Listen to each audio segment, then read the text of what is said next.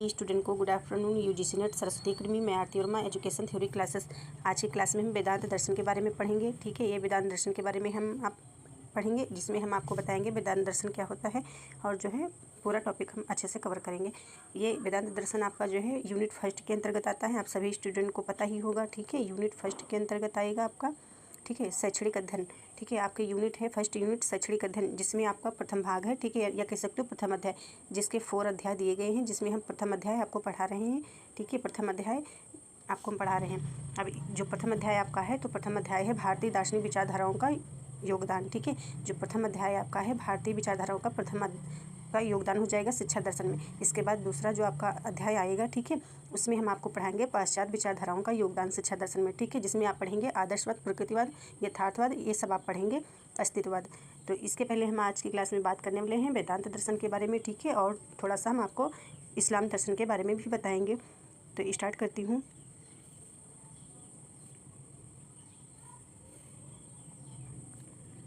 वेदांत दर्शन क्या है, पढ़िए। वेदांत दर्शन के प्रवर्तक महर्षि बादरायण व्यास जी हैं। ठीक है, तो आपको याद रखना है कि वेदांत दर्शन के प्रवर्तक कौन है, तो आपको बताना है कि जो है महर्षि बादरायण व्यास जी हैं। ठीक है, और इसके बाद सभी ग्रंथों के सार तत्व सूत्र रूप में बांधने का काम किया है। यानी कि महर्षि जो बादरायण व्यास जी हैं, इन्होंने जो है ब्रह्म सूत्र की रचना करी है। ठीक है, ये भी याद रखना है आप सभी स्टूडेंट को, यहाँ पे देख सकते हो। ठीक है, तो बांधने का काम किया है, जिसको वेदांत सूत्र यानी कि वेदांत सूत्र माना गया है, या वेदांत सूत्र या ब्रह्म सूत्र। ठीक है, तो जो रचना है वेदांत महर्षि बादरायण व्यास जी ने जो रचना दी है, ठीक है, तो वो आपका वेदांत सूत्र या ब्रह्म सूत्र आप कह सकते हो, ये रचना है। ब्रह्म सूत्र ही वेदांत दर्शन का आदि ग्रंथ या सूत्र है। ब्रह्म सूत्र की रचना बादरायण ने की है। वेदांत वेद यानी कि ज्ञान, अंत मतलब मोक्ष हो जाएगा। वेदों का सार। वेद आपके 4 प्रकार के होते हैं, आप सभी स्टूडेंट जानते ही हैं। वेद का अर्थ क्या होता है, ज्ञान होता है। वेद मतलब ज्ञान होता है आपका, अंत मतलब मोक्ष हो गया। ठीक है, यहाँ से याद कर लीजिए। ऋग्वेद, सामवेद, यजुर्वेद, अथर्ववेद। तो ऋग्वेद जो आपका हो गया, तो विभिन्न देवताओं की स्तुति करने वाले भजनों का संग्रह प्राचीन ग्रंथ है। ये जो आपका ऋग्वेद है, तो यदि आपसे पूछा जाए सबसे पुराना ग्रंथ कौन है, तो आपको बताना है यही है प्राचीन ग्रंथ। ठीक है, स्तुति कर देवताओं की स्तुति करने वाले भजनों का संग्रह होता है, तो ये याद रखिएगा आप सभी स्टूडेंट। सामवेद क्या होता है, साम से आपको याद रखना है संगीत से संबंधित है। ठीक है, साम का अर्थ है गान, तो आपको अच्छे से याद रखना है। सामवेद यानी कि संगीत से संबंधित है, साम मतलब गान। तो ये सब चीज़ें इंपॉर्टेंट हैं, अच्छे से पढ़िएगा। यजुर्वेद यज्ञ व नियमों के विधानों की चर्चा। ठीक है, यजुर्वेद से आपको याद रखना है कि यज्ञ, ठीक है, यज्ञ व नियमों के विधानों की चर्चा यानी कर्मकांड प्रधान ग्रंथ हैं। अथर्ववेद, ठीक है, अथर्ववेद, अथर्व शब्द का तात्पर्य है पवित्र या जादू, इसको भी आपको अच्छे से याद रखना है, जादू हो जाएगा। ठीक है, जादू या पवित्र, उपचार और जादुई मंत्रों सहित विभिन्न उद्देश्यों के लिए भजन। अथर्ववेद आपको याद रखना है कि उपचार और जादुई मंत्रों सहित विभिन्न उद्देश्यों के लिए भजन हो जाएगा। उपनिषद के बारे में आपको जानना है, इसका अर्थ है गुरु के पास बैठना। ठीक है, न केवल शारीरिक रूप से, मानसिक रूप से भी। तो उपनिषद का मतलब होता है गुरु के पास बैठना, न कि केवल शारीरिक रूप से बल्कि मानसिक रूप से। ठीक है, ये वैदिक साहित्य का अंतिम भाग है, इसे वेदांत भी बोला जाता है। उपनिषद की संख्या कितनी होती है, तो ये होती है 108। उपनिषद का अर्थ निकट बैठना या पास बैठना हो जाएगा। जो इम्पोर्टेंट पॉइंट है उसको हम बताएंगे। ठीक है, और जो है आपका क्लास जो है पूरा कवर करना है। ठीक है, यानी कि जैसे कि हमने आपको फर्स्ट यूनिट पढ़ा रही हूँ। ठीक है, जैसे कि हम आपको फर्स्ट यूनिट पढ़ा रहे हैं। ठीक है, तो ये फर्स्ट यूनिट हम आपकी जो है इसी सितंबर में हम कंप्लीट कर देंगे, और सेकंड यूनिट भी हम इसी सितंबर में कंप्लीट करेंगे। इसके बाद जो आपकी जो 8 यूनिट बचेंगी, शेष रहेंगी, ठीक है, उनको हम जो है अक्टूबर और नवंबर में कंप्लीट करेंगे। ठीक है, एक अक्टूबर में 4 यूनिट समाप्त करेंगे, और 4 यूनिट आपकी जो है अक्टूबर में। दिसंबर माह आपका रह जाएगा जो मंथ, उसमें आप रिवीजन कर सकते हैं। जो हम पढ़ाएंगे इसको आप दोबारा से पढ़ सकते हैं, रिवीजन कर सकते हैं। ठीक है, और इसके साथ जो हम ये क्लासेस कर रहे हैं, ठीक है, इसके साथ हम PYQ क्लास भी करेंगे। ठीक है,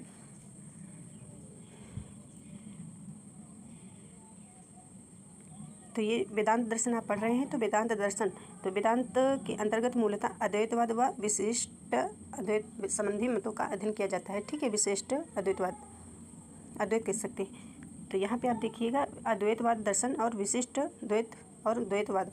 तो अब इसमें आपको क्या क्या देखना है, तो ये जो होता है अद्वैतवाद दर्शन, ये किसके द्वारा दिया गया है, तो ये इसमें प्रवर्तक कौन हो जाएंगे, तो शंकराचार्य हैं। विशिष्टवाद, इसमें रामानुज हो जाएंगे। और द्वैतवाद माधवाचार्य। ये अपनी कॉपी में नोट कर लीजिएगा। ठीक है, कि शंकराचार्य के द्वारा कौन सा दर्शन, अद्वैतवाद दर्शन, और जो है रामानुज के द्वारा विशिष्ट द्वैत दर्शन हो जाएगा। ठीक है, द्वैतवाद किसने दिया? तो माधवाचार्य, आपको याद रखना है। ठीक है, ये सब चीज़ें आपको इंपॉर्टेंट है, सभी स्टूडेंट को याद रखनी है, अपनी कॉपी में लिख भी लीजिएगा। ठीक है, और डिटेल में आप पढ़ने के लिए ये यहाँ से आप पढ़ सकते हो। ये यहाँ पे देख लीजिए, सारा पढ़ लीजिएगा। उद्देश्य भी आप देख सकते हैं, वेदांत दर्शन में शिक्षा के उद्देश्य क्या होते हैं, तो ये भी आपको पढ़ना है उद्देश्य। ठीक है, शंकराचार्य के अनुसार शिक्षा का एकमात्र उद्देश्य विद्यार्थी को अज्ञान से मुक्त करके उसे ज्ञान का प्रतीत कराना है, जिससे वह सत्य और मिथ्या, विद्या व अविद्या में भेद कर सके। इम्पोर्टेंट पॉइंट है, इसको भी आप याद रखिएगा। तथा अपने अंदर निहित अनंत ज्ञान व अनंत शक्ति को पहचान सके। शारीरिक विकास एवं शरीर की शुद्धि, मानसिक व भौतिक विकास, नैतिक व चारित्रिक जीवन और आध्यात्मिक विकास, ये सारे आपके उद्देश्य हो जाएंगे वेदांत दर्शन। ठीक है, वेदांत दर्शन में शंकराचार्य के अनुसार। और आपको ये पाठ्यक्रम भी देख सकते हैं आप, वेदांत दर्शन में शिक्षा का। ठीक है, तो ये सारी चीज़ें इंपॉर्टेंट हैं आपके लिए। तो यहाँ पे आप देख सकते हैं, पराविद्या अपराविद्या आत्मज्ञान और ब्रह्म ज्ञान से संबंधित है, जो पराविद्या आपका है। ठीक है, अपराविद्या का संबंध दृश्यमान जगत तथा जो है आत्मा को धारण करने वाले इस शरीर से है। इस प्रकार से आपको याद रखना है। शंकराचार्य के अनुसार मोक्ष प्राप्ति के लिए परा विद्या अधिक उपयोगी है। ठीक है, ये मोक्ष प्राप्ति के लिए परा विद्या आत्मज्ञान और ब्रह्म ज्ञान से संबंधित है। जो भौतिक तथा व्यवहारिक प्रगति के लिए अपरा विद्या उपयोगी है। ये चीज़ें हो गई जो इंपॉर्टेंट हैं, वही आपको पढ़ाएंगे, वही आप पढ़ लीजिए और इसको एक नज़र में आप पढ़ लीजिएगा। ठीक है, यहाँ पे देख सकते हैं पाठ्यक्रम अपराज्ञान और पराज्ञान। ठीक है, ये जो अपराज्ञान है व्यवहारिक ज्ञान आपका हो गया जो अभी हमने बताया, और पराज्ञान आध्यात्मिक ज्ञान हो गया। तो इसमें अपराज्ञान व्यवहारिक ज्ञान, इसमें भाषा, चिकित्सा शास्त्र, गणित, ये सारी चीज़ें व्यवहारिक क्रियाएं हैं, ये व्यवहारिक ज्ञान हो जाएगा। ठीक है, ये जो व्यवहारिक ज्ञान और ये व्यवहारिक क्रियाएं हैं, आसन, व्यायाम, भोजन, ब्रह्मचर्य, ये परमार्थिक विषयों से संबंधित। ठीक है, यानी कि आध्यात्मिक ज्ञान, साहित्य, धर्म, दर्शन हो जाएगा और परमार्थिक क्रियाएं हो जाएंगी। ये यम, नियम, आश्रम, प्राणायाम, प्रत्याहार, धारणा, ध्यान। और आपको शिक्षण विधियाँ भी देख लेनी है। ये हैं आपकी प्रश्नोत्तर विधि, तर्क विधि, दृष्टांत विधि, मनन विधि, श्रवण विधि, उपदेश विधि, कथा विधि, स्वाध्याय विधि, व्याख्या विधि और निधि आसन विधि। ये सारी विधियाँ आपकी हो जाएंगी।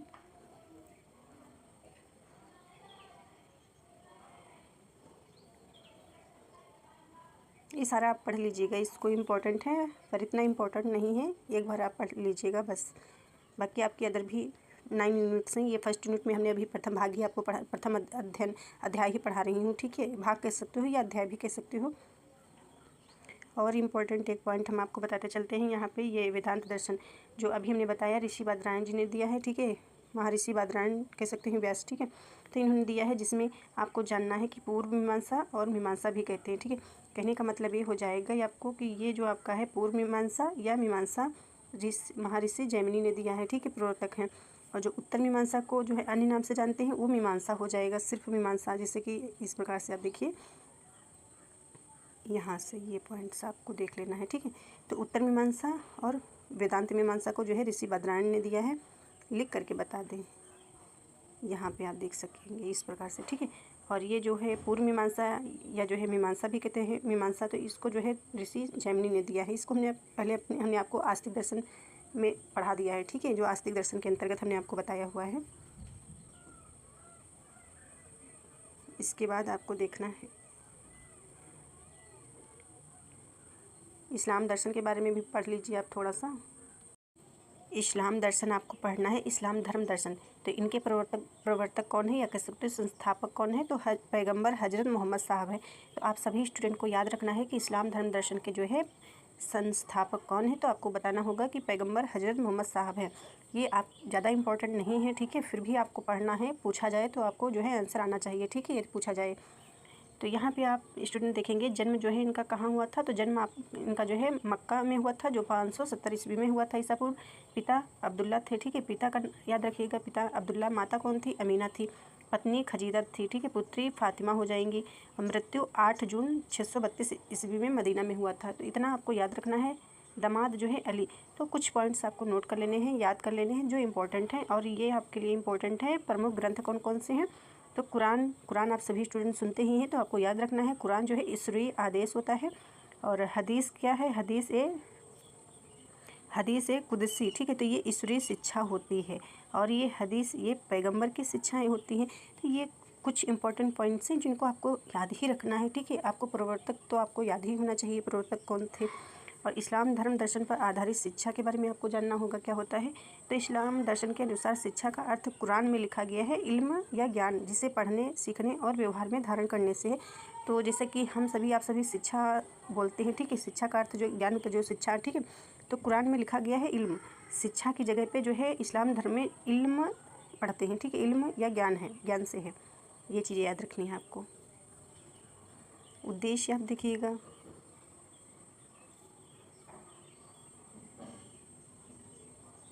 ये आपके उद्देश्य हो जाएंगे।